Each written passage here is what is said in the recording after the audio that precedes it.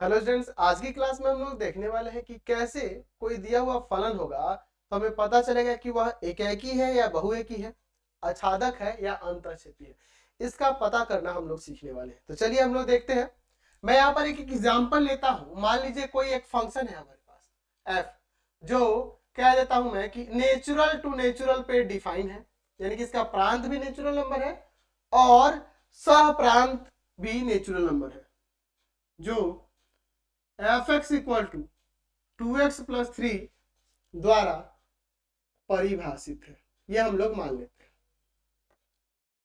तो हम कैसे पता करेंगे कि ये जो दिया हुआ फलन है एकेकी है या बहुएकी है, आच्छादक है या अंतःक्षेपी है? कैसे पता करेंगे? चलिए इसका जांच करके हम लोग देखते हैं।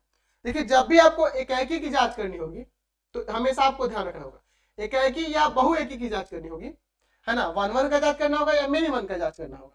आपको 1 का जांच करना हो, है ना, या फिर मेनी 1 यानी कि बहुएकी का जांच करना हो, मेनी 1 का जांच करना हो, तो दोनों के कंडीशन में आपको करना क्या होगा?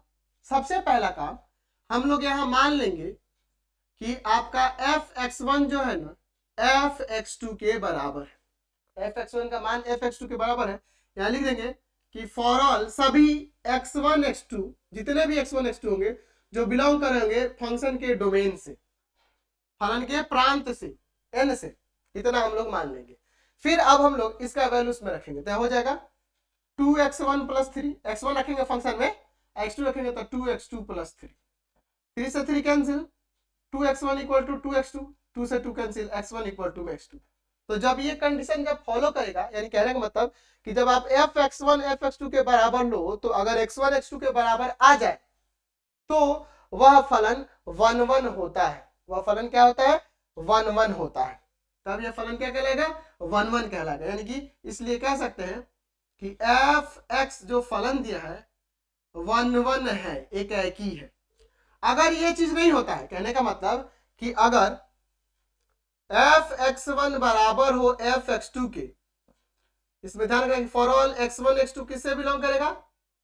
Domain of the function, domain of the function से बिलोंग करेगा। और ये इक्वल हो तो अगर x1 x2 के बराबर आ जाए तो फलन 1 हो जाएगा। अगर x1 x2 के बराबर नहीं आए तो फलन मेनी 1 होता है, फलन मेनी 1 होता है। ठीक है। अगर f(x1) f(x2) के बराबर लेने पे अगर x1 x2 के बराबर आ जाए तो फंक्शन 1 हो जाएगा। अगर x1 x2 के बराबर नहीं है तो फलन मेनी 1 हो जाता है। तो चलिए इसको समझते हैं कैसे हम लोग यहां से ये चीज कैसे हुआ। हम लोग देखिए, इसका प्रांत दिया है नेचुरल नंबर, सह प्रांत भी नेचुरल नंबर, यानी 1 2 3 4 यही सब इसमें एलिमेंट होंगे। इसमें भी उसी तरह से 1 2 3 4 5 6 7 8 9 10 11 12 ये सब 13 ये सभी इसमें आएंगे, आएंगे ना जी। अब देखिए, मैं यहां पर देखता हूं कि अगर फंक्शन में x के जगह 1 रख देंगे तो 1 रखेंगे तो 2 एकम 2 2 3 5, 1 5 के साथ रिलेट हो जाएगा। अगर 2 रख देंगे तो 2 2 4 3 7। अगर मैं यहां 3 रख दूं तो 3 दूना 6 और 3 9। मैं यहां 4 रख दूं तो 4, देखो क्या हो जाएगा, 4 दूना 8 8 3 11। तो इस तरह से मैं कोई भी प्राकृतिक संख्याएं रखते जाऊं और इस फलन में रखूंगा तो मुझे कोई ना कोई रियल नंबर ही, कोई ना कोई हमें क्या मिलेगा जी? नेचुरल नंबर ही मिलेगा। कोई ना कोई हमें प्राकृतिक संख्या ही प्राप्त होगी। आप एक से कोई भी प्राकृतिक संख्या रखो, 1 2 3 4 5 कोई भी रखेंगे तो हमेशा अलग अलग हमें प्राकृतिक संख्याएं प्राप्त होगी। यानी कि हमने देखा है कि भिन्न भिन्न अवयवों का इसमें भिन्न भिन्न प्रतिबिंब हो रहा है। मतलब यही है ना जी। आप x की जगह यहाँ पे कोई भी प्राकृतिक संख्याएं रखते जाओ, है ना, अनंत तक रखते जाओ, तो हमें कोई प्राकृतिक संख्या अलग प्राकृतिक संख्या मिलेगी। हर एक बार कभी भी सेम प्राकृतिक संख्या नहीं मिलेगी।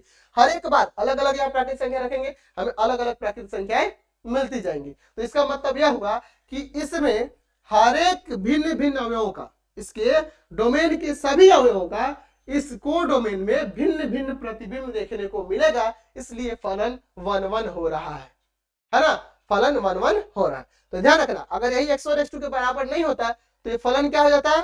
1 नहीं होता, मेनी 1 कहलाता। तो चलिए मेनी 1 के लिए एक बार समझते हैं। मैं यहाँ पे ले लू एग्जाम्पल। मान लीजिए फंक्शन में ले लेता हूं रियल टू रियल और एफ एक्स इक्वल टू मैं ले लेता हूं एक्स का स्क्वायर, ठीक है, एक्स का स्क्वायर ले लेता हूं।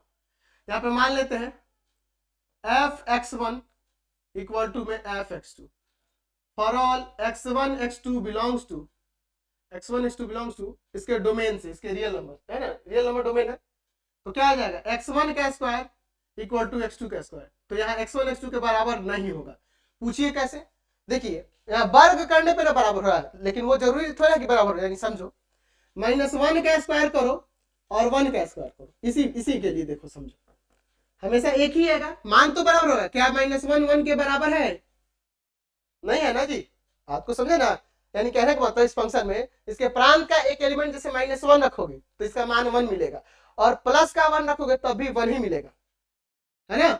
आप फंक्शन में -1 रखोगे तो मान 1 मिलेगा और 1 का भी 1 ही मिलेगा, तो दो को भिन्न अवयवों का समान प्रतिबिंब हो जा रहा है, इसलिए फंक्शन मेनी वन है। बात को समझे ना जी। तो ध्यान रखना, जब भी आपको 1 1 या मेनी वन की जांच करनी हो तो आपको यही रूल है, इसी रूल से चलना है, ठीक है। आपको क्या करना होगा, इसमें हमें मान लेना होगा कि fx1 fx2 के बराबर है ना, for all x1 x2 belongs to उसके डोमेन से, और अगर x1 बराबर x2 आ जाए तो फलन क्या हो जाता है, 1 1 हो जाता है ना, नहीं तो वो मेनी वन होगा अगर x1 x2 के बराबर नहीं होता है तब। तो ये फंक्शन हमने देखा 1 1 है, और वो जो फंक्शन था आपका मेनी वन हो गया, क्योंकि वहां पे f(x1 f(x2) के बराबर लेने पे x1 x2 के बराबर नहीं आ रहा, ठीक है। अब मान लीजिए हम लोग इसी फंक्शन के, अब हमें चेक करना होगा आच्छादक या फिर अंतःक्षेपी का। तो कैसे चेक करेंगे? तो किसी फलन का जब आपको आच्छादक या अंतःक्षेपी चेक करना होगा तो देखिए उसके लिए किस तरह से हम लोग उसकी जांच करते हैं। मान लीजिए इसी का हम लोग चेक करते हैं। क्या हमें चेक करना है? हमें चेक करना है अनटू और इनटू की। तो जब अनटू और इनटू की जब जांच करनी होगी तो इसमें क्या करना होगा, सिंपली आपको मान लेना होगा कि जो फंक्शन है वह y के इक्वल है। अब यहां से y बराबर में जो 2x + 3 लिख लीजिए और यहां से x का मान निकालिए, x का मान निकालिए तो 3 आके इधर माइनस में और 2 जाएगा भाग में।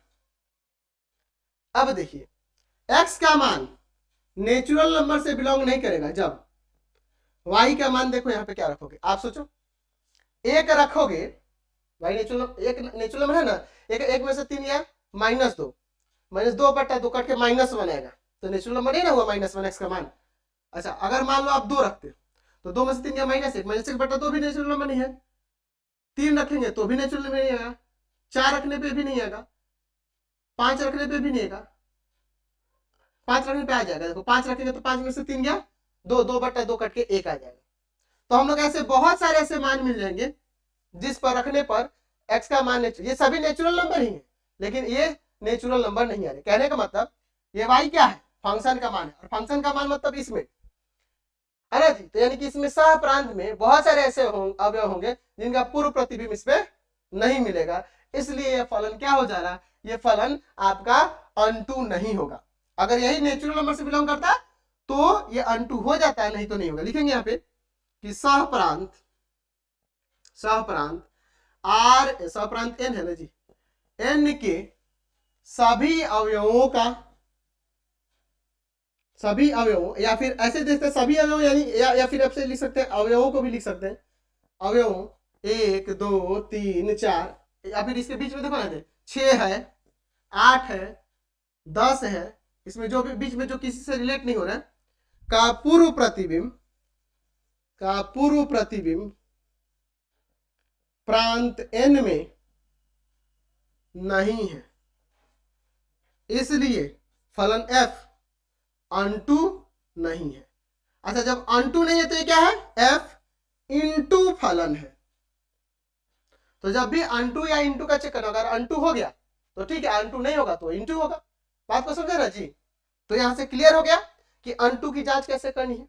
हमें क्या करना होगा, y की जगह fx पर यहां से x का मान निकालेंगे और x का मान देखेंगे कि इसके प्रांत से बिलोंग कर रहा है कि नहीं। जब हम लोग इसके सह प्रांत के अवयव इसमें रखते हैं तब, मतलब यहां से समझिए, इस फिगर से हम लोग देख रहे हैं कि ये जो 1 2 3 4 है ये किसी के साथ रिलेट नहीं है। बीच में 6 भी है ना, 8 भी है 10 भी है। हम लोग जानते हैं कि अगर सह प्रांत के किसी भी कम से कम एक अवयव ऐसा हो जिसका पूर्व प्रतिबिंब अगर इसमें नहीं मिले तो वह अनटू नहीं होता है ना। यानी कि सह प्रांत के सभी अवयव इसके प्रांत के किसी ना किसी अवयव के प्रतिबिंब होने चाहिए, तब जाके वो फलन क्या कहलाता है, अनटू कहलाता है। तो यहाँ फिगर से भी दिखने को मिल रहा है कि 1 2 3 4 इसका पूर्व प्रतिबिंब इसमें नहीं है, 6 का भी नहीं है, 8 का भी नहीं है, 10 का भी नहीं है, इसलिए फलन क्या है आपका अनटू नहीं है। अनटू नहीं है तो इनटू है, क्योंकि इनटू की परिभाषा में जानते हैं कि इसके सह प्रांत में कम से कम एक ऐसा अवयव होना चाहिए जिसका पूर्व प्रतिबिंब इसके प्रांत में ना हो तो फलन इनटू हो जाता है। तो यहां से आपको ये कंसेप्ट क्लियर हो गया कि अगर किसी फलन का एकाएकी या बहुएकी जांच करना होगा, आच्छादक या अंतःक्षेपी जांच करना होगा, उसके लिए ये तरीका है, ये बेस्ट तरीका है। आपको समझ में आ गया कंसेप्ट, और इसी से रिलेटेड आपके एग्जाम में भी क्वेश्चन आते हैं। अगर हम लोग या नेचुरल टू नेचुरल की जगह पे फंक्शन यहाँ रियल टू रियल कर देते और fx इक्वल टू में 2x + 3 लेते तो ये एकाएकी तो हो जाता, 1 1 जांच कर लेते आप जैसे मैंने बताया। आच्छादक के लिए क्या देखते, अब अगर ये देखें तो यहाँ पे कह सकते हैं कि इसका मान रियल नंबर होगा जब y belongs to real. y की जगह अगर कोई रियल नंबर रखोगे, सपोज करो कोई भी रियल नंबर रखो, सहप्रांत का कोई भी रखो, तो x का भी मान कोई ना कोई रियल नंबर ही आएगा।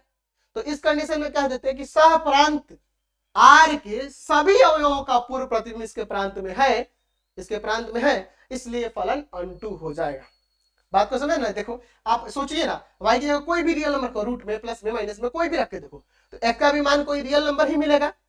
तो इसलिए हम लोग कह सकते हैं y यानी कहने का मतलब ये और x कहने का मतलब ये, कहने का मतलब है कि y कहने का मतलब है कि इसके सह प्रांत के सभी अवयवों का पूर्व प्रतिबिंब इसके प्रांत में है, इसके प्रांत में है, इसलिए ये फलन क्या हो जाएगा, अनटू हो जाएगा। तो सारे कंसेप्ट आपको क्लियर हो गए, कोई दिक्कत नहीं होने वाली चैप्टर में। तो यहां से हमने सीख लिया कि अगर कोई फलन दिया हो तो हमें चेक करना हो कि वो एकाएकी है या बहुएकी है, आच्छादक है या अंतःक्षेपी है। तो इसकी जांच हम लोग बहुत ही सरल तरीके से कर सकते हैं, इसमें हमें कोई दिक्कत नहीं होने वाली है। एक्सरसाइज में भी आपको बहुत सारे क्वेश्चन दिए हैं, उनकी प्रैक्टिस करें।